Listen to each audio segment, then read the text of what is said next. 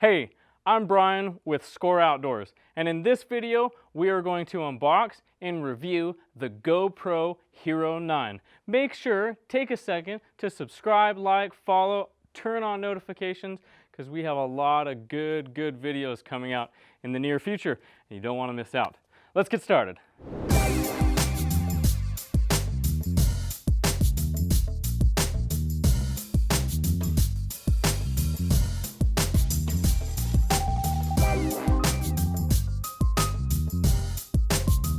Before we get started, I kind of want to give a history of my relationship with GoPro.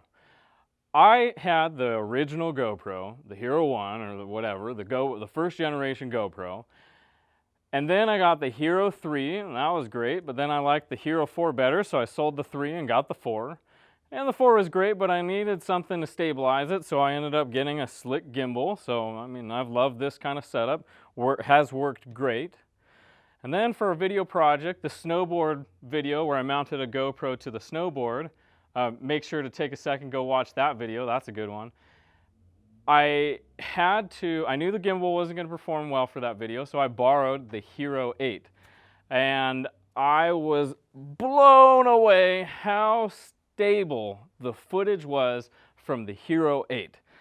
So I knew I had to have one of the new generation ones. The sucky part about the Hero 8 was the battery life sucked. The battery life was so bad it was dead within minutes. Snowboarding, the cold temperatures just killed those batteries.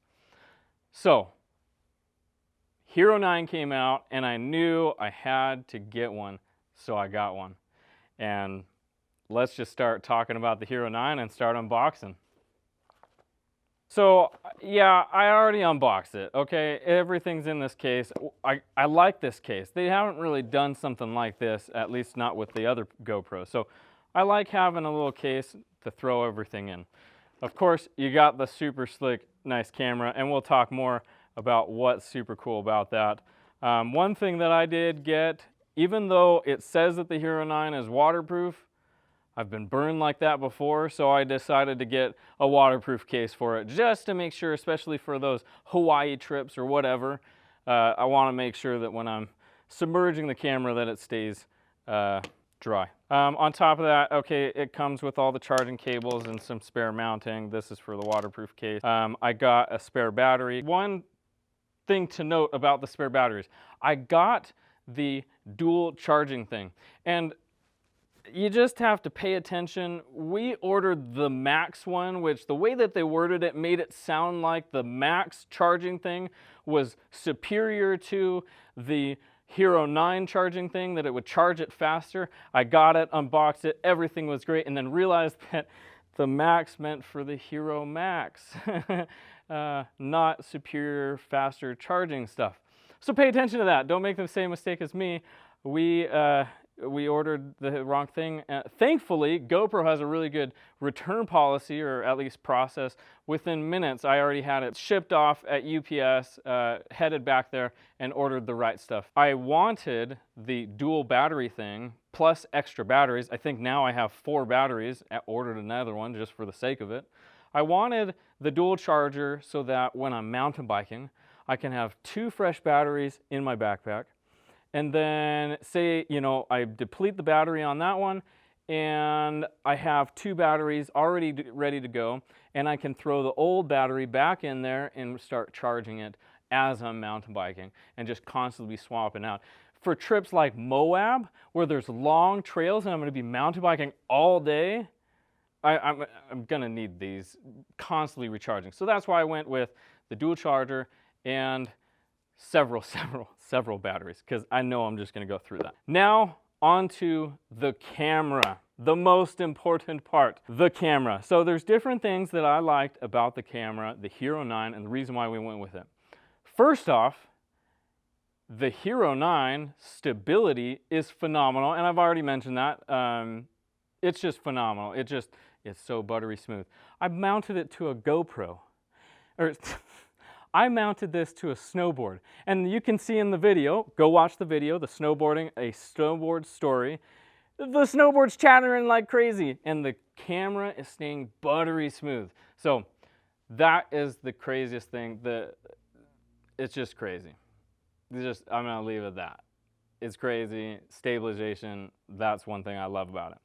The next thing is the battery life on the Hero 9 was 30% longer lasting than the Hero 8, which I already tried the Hero 8 and did not like the battery life, so plus for the Hero 9. The other perk to the Hero 9 is the camera display on the front. So when you're doing selfies and you're doing intros to camera, to mountain bike videos, I can kind of see what I'm doing and what I'm capturing rather than guessing. So that's also another perk to that. The next thing is 5K. I'm excited to try it out. Most likely I'm probably going to stick with 4K with 60 frames per second because I really like that, especially mountain biking. Just really kind of makes that really smooth. And 4K. The Hero 4 only does 1080p with 60 frames per second, but the 4K is only like 24 frames, and I really like that 60 frames per second. So that's why I'm really excited about this, to have nicer resolution, so 4K with the 60 frames per second. But of course, I'm gonna try that out, try the 5K out. I can't not try it out. So that's super exciting. One thing that I didn't get, and you can decide if you want it, but it's called the Max Lens Mod. And basically it's a lens that you attach onto the GoPro Hero 9. And as you turn it, it's like the camera doesn't even care what you're doing. It's just gonna keep the horizon locked and stabilize and just compensate for any movement. It just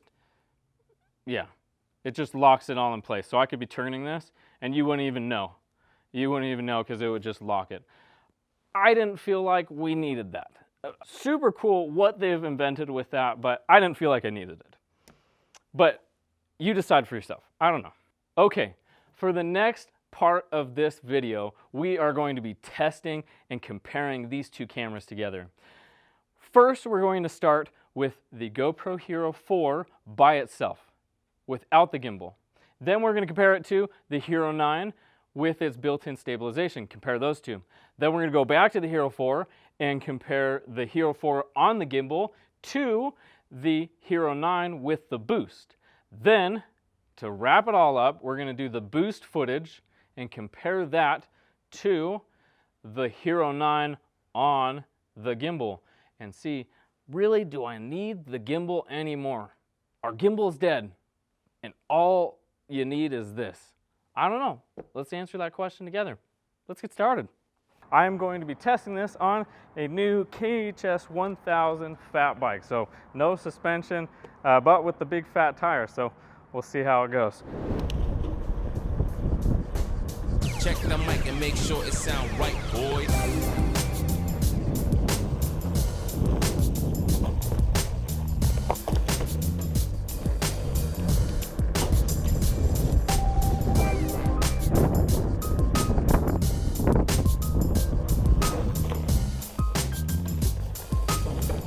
Alrighty, so that was testing the Hero 4. Now we're going to compare it to the Hero 9.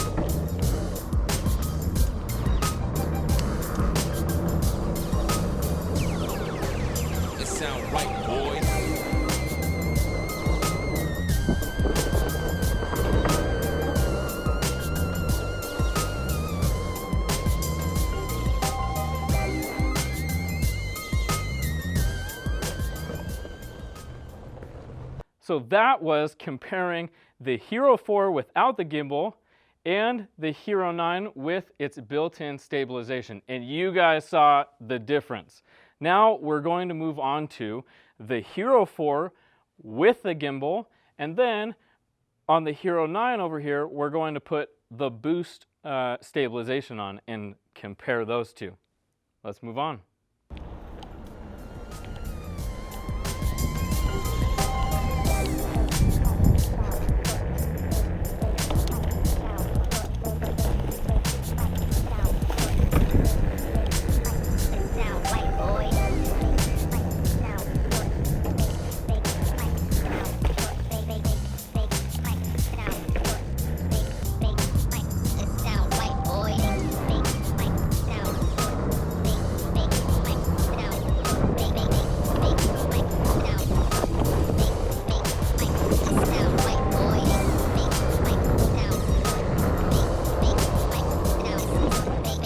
Oh, I like these fat bikes. Good, good, It good. sound right, boy.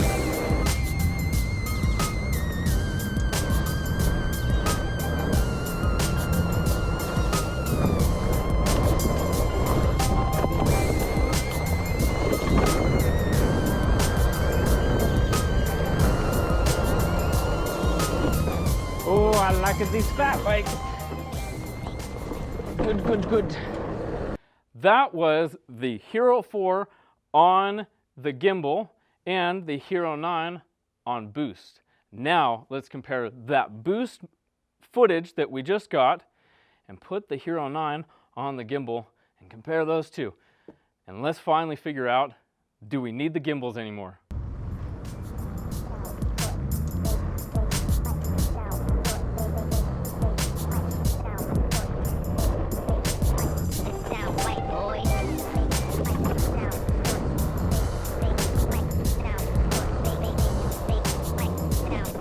Oh, I like these fat bikes. It sound right, boy. Good, good, good.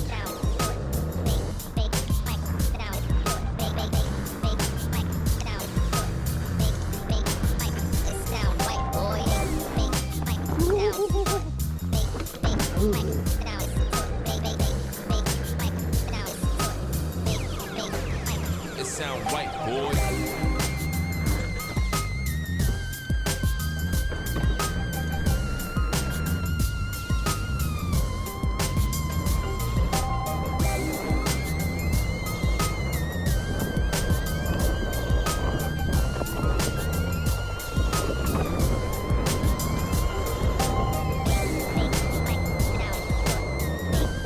Oh, I like these fat bikes.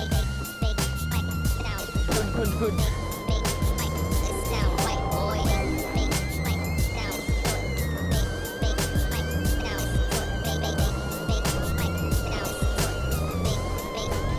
It sound right, boy.